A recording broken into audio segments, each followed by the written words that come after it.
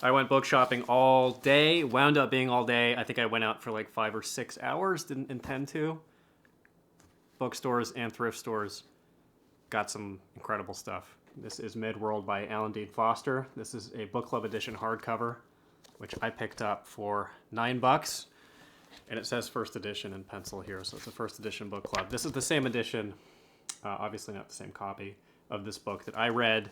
This was The Germinal Seed, one of the few germinal seeds that blossomed into the beautiful science fiction reading, Not a Butterfly. That doesn't track with the metaphor. It's one of the reasons why I read science fiction, that book. Another major influence in me being a science fiction reader is The World Inside by Robert Silverberg. Again, same edition that I read. Picked it up from a Goodwill bookstore the first time, then from this used bookstore the second time. $5.50. Ran into someone who knows me when I was there. Chris, hello, if you're watching. 2 special books and a very special book that I'm going to create a little bit of suspense before I show you. This is from a Goodwill. This is my first folio edition book. I've never owned one. It's Petronius's Satirica, which I think is a classic something. I don't know anything about the book. The folio edition obviously is quite nice, so I will look this up, look up how much it's worth, maybe keep it. This is from 2003. Almost everything that you're seeing here is going to be available this coming Saturday on a Whatnot auction at noon Pacific time. There will be a link to that in the description. It's a live auction app, and the auctions have been a lot of fun.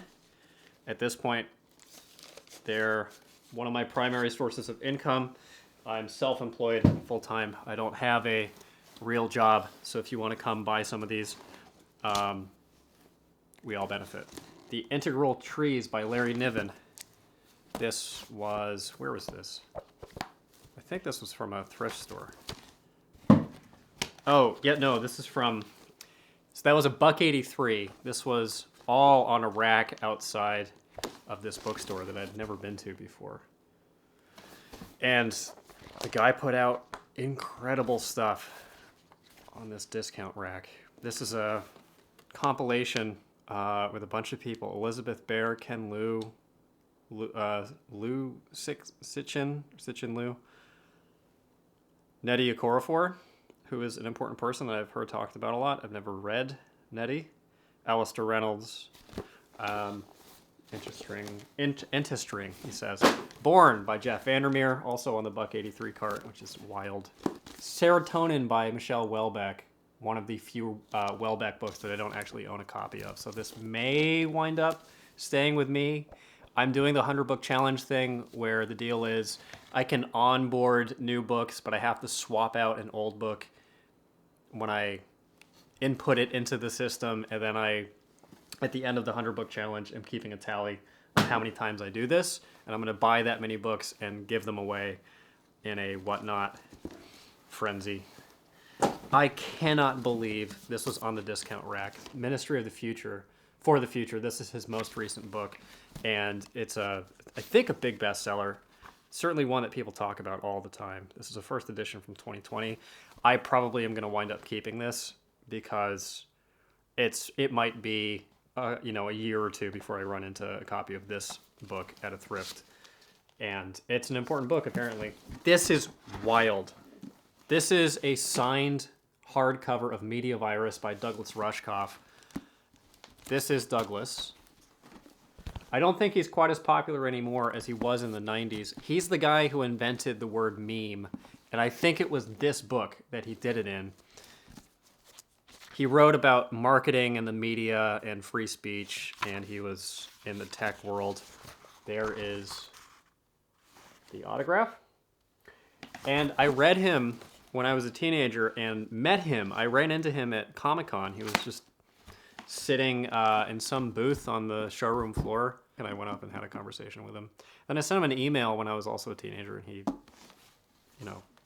took a lot of time to respond. It's very friendly, nice, giving, generous dude. Very smart. Wish he was kind of still around in the zeitgeist a little bit more. Maybe he is. Maybe that's not fair to him. Maybe I just haven't been keeping tabs on Rushkoff. That one I'll probably sell it, but I might contemplate keeping it.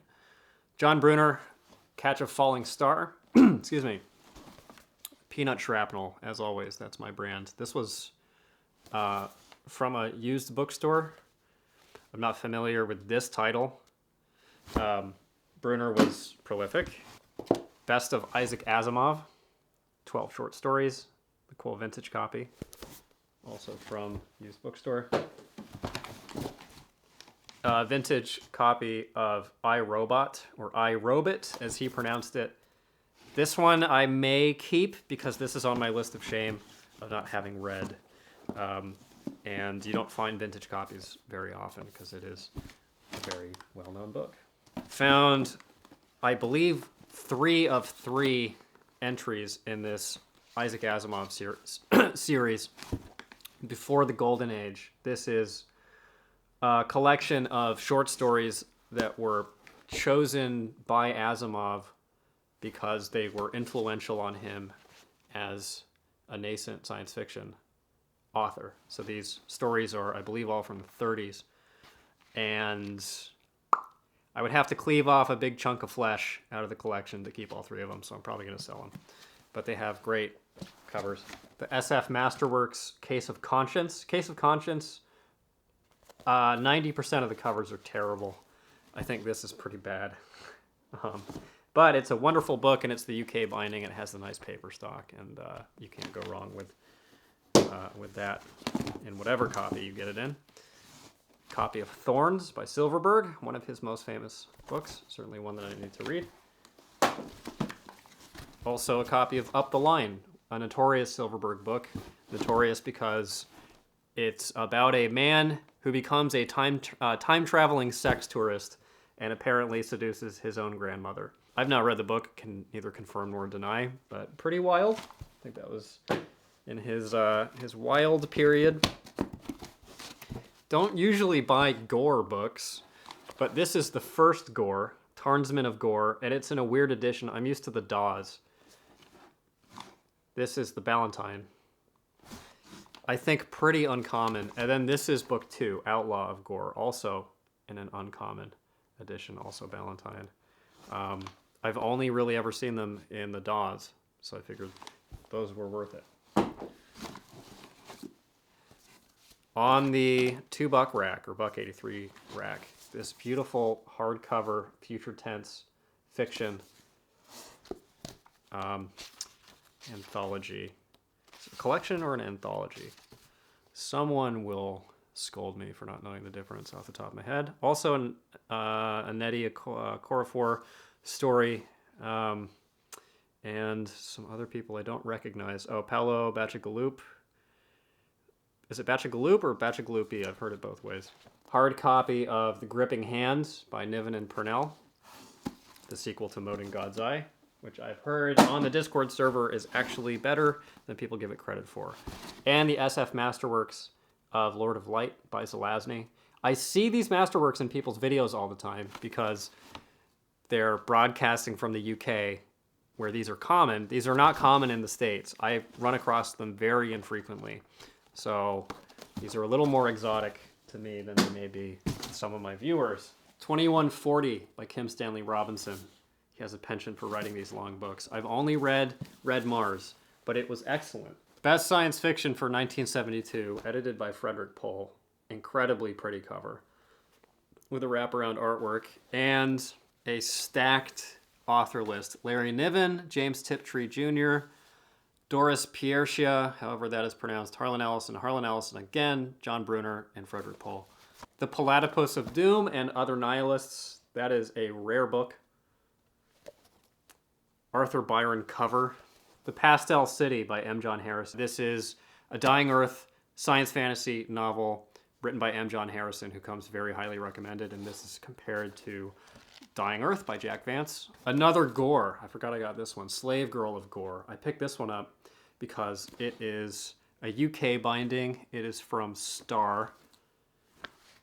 I just really like UK paperbacks. I've grown very fond of them. Something about the aesthetics of them and the feeling of the paper stock is different. And also has kind of a saucy situation going on the cover. Spin by Robert Charles Wilson. I have a copy of this already, so this will be for sale. This is a beloved book. A very rare pre-movie tie-in novel for Willow.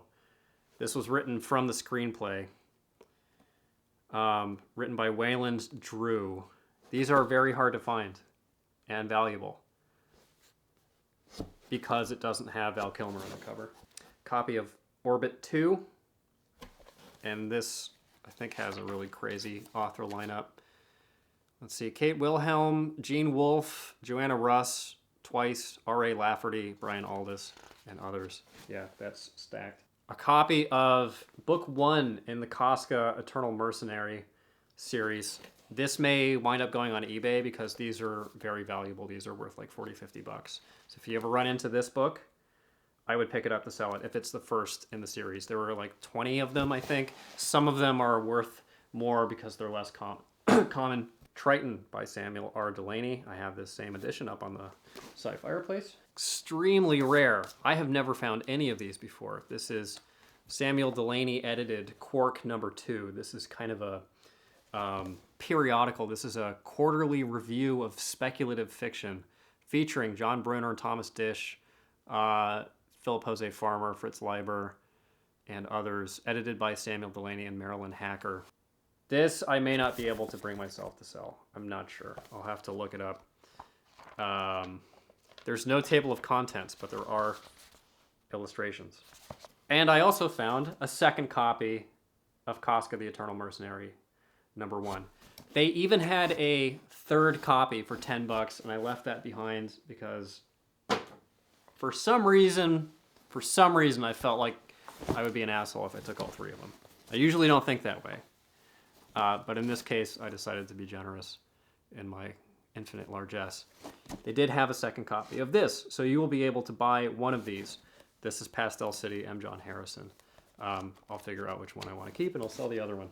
Walheim's World Best SF, Series 1, with a killer lineup. Harlan Ellison, Alan Dean Foster, Ted Sturgeon, Larry Niven, Paul Anderson, R.A. Lafferty, Arthur Clarke, Barry Malzberg, Joanna Russ, a couple others. Yeah, crazy lineup. John Varley's Titan. This is a UK paperback. Feels really nice, of course. One of the nice things about these UKs is they have more bleeding space, more white space at the bottom. So when you hold it like this to read it, your thumb doesn't cover the actual text. I think that's neato. Also supposed to be a very good book. Alpha 9, short story collection edited by Silverberg, featuring Robert Sheckley, Joanna Russ, Cliff Simak, my close personal friend Cliff Simak, Fred Saberhagen, Walter M. Miller Jr., Kate Wilhelm, Philip Jose Farmer, Michael Shara. Yeah, another one with a nutso lineup. Universe 2, more short stories. Harlan Ellison, Pangborn, Gardner Dozois, Bob Shaw, Gene Wolfe, Silverberg, Pamela Sargent, Joanna Russ, R.A. Lafferty, Gordon Eklund, a few others. Absolutely magnificent selection of authors. Earthmen and Strangers, another collection. This is edited by Silverberg, featuring Paul Anderson, Isaac Asimov, Aldous Budrys, Arthur C. Clarke, Harlan Ellison, Damon Knight, Eric Frank Russell, and Silverberg himself, the man. The Myth, the Legend, with an ad for Rosemary's Baby on the last page. Another collection. Sorry if this is boring. The names are insane. I won't keep reading all of them. The Moon Pool by A. Merritt. This is someone I have learned since finding a bunch of books and passing on them was very influential on the weird fiction guys, Lovecraft and Robert Howard and etc. This was published first in 1919. This is his most famous book. I'll probably sell it. I'm tempted to keep this one because I'm curious about Merritt. But it does have a kick-ass cover. Might keep that one, might sell it. I already have this one, so I will sell this one. Tangents by Greg Bear. recently deceased, unfortunately, as we all know. This is from 1989. It's a short story collection. Poul Anderson, Boat of a Million Years. Second time ever finding it. First time I found it, picked it, put it in the shelf, and picked it on a random selection. And it was very good. I liked it a lot. For Love of Mother Not. This is the first Pip and Flinks book by Alan Dean Foster. I think we all know Foster if we watch the channel. If you watch the channel, you know Pip and Flinks was his probably one of his most successful original properties, not an adaptation, a movie adaptation, which is what he's most known for doing. This is first edition, Michael Whelan cover art, and it's in really good shape. I already have a copy of this, so I will sell it.